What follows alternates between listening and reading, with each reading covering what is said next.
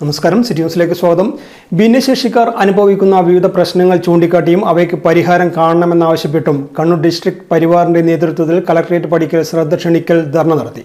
Kidney care Kerala chairman P Krishnan ഉദ്ഘാടനം ചെയ്തു.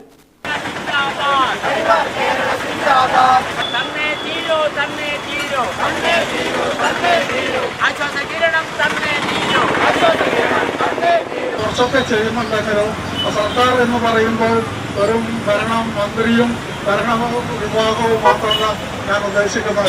അതിനൊരു യന്ത്രമുണ്ട്, ഉദ്യോഗസ്ഥരടക്കം.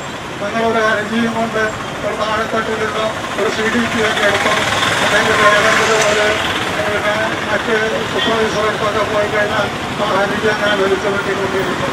അപ്പോൾ എനിക്ക് പറയാനുള്ളത്, സമൂഹത്തിൽ ഏറ്റവും താഴെത്തടിയിൽ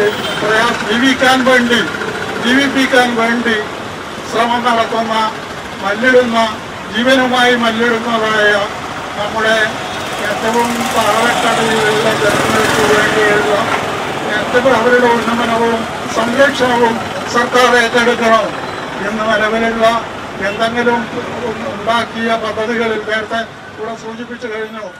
പരസഹായമില്ലാതെ ജീവിക്കാൻ സാധിക്കാത്ത ഭൗതിക ഭിന്നശേഷിയുള്ളവരുടെയും കിടപ്പിലായവരുടെയും സഹായികൾക്ക് പ്രതിമാസം നൽകി വരുന്ന 600 രൂപ ഭത്ത 2 വർഷത്തോളമായി ലഭിക്കുന്നില്ല.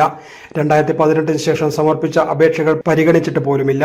ആശ്വാസ കിരണം ഭത്ത വർദ്ധിപ്പിക്കണമെന്നും കൃത്യമായി വിതരണം ചെയ്യണമെന്നും ഉൾപ്പെടെയുള്ള കാര്യങ്ങൾ നടപ്പിലാക്കണമെന്നാവശ്യപ്പെട്ടാണ് ധർണ. പ്രസിഡന്റ് പി മുരളീധരൻ അധ്യക്ഷത വഹിച്ചു. MP Karunakaran, KK Chandran, advocate Jameel Ahammed, Sheena Suresh, Soumini, C Rameshan, T Shibin തുടങ്ങിയവർ പങ്കെടുത്തു. News desk, city news. കൂടുതൽ വാർത്തകൾ അറിയുവാൻ സിറ്റി ചാനൽ വാട്സ്ആപ്പ് ഗ്രൂപ്പിൽ ജോയിൻ ചെയ്യുക. ഒപ്പം YouTube ചാനൽ സന്ദർശിക്കുക. വാർത്തകളുടെ അവസാനിക്കുന്നില്ല. മറ്റൊരു വാർത്തയുമായി വീണ്ടും കാണാം. നമസ്കാരം.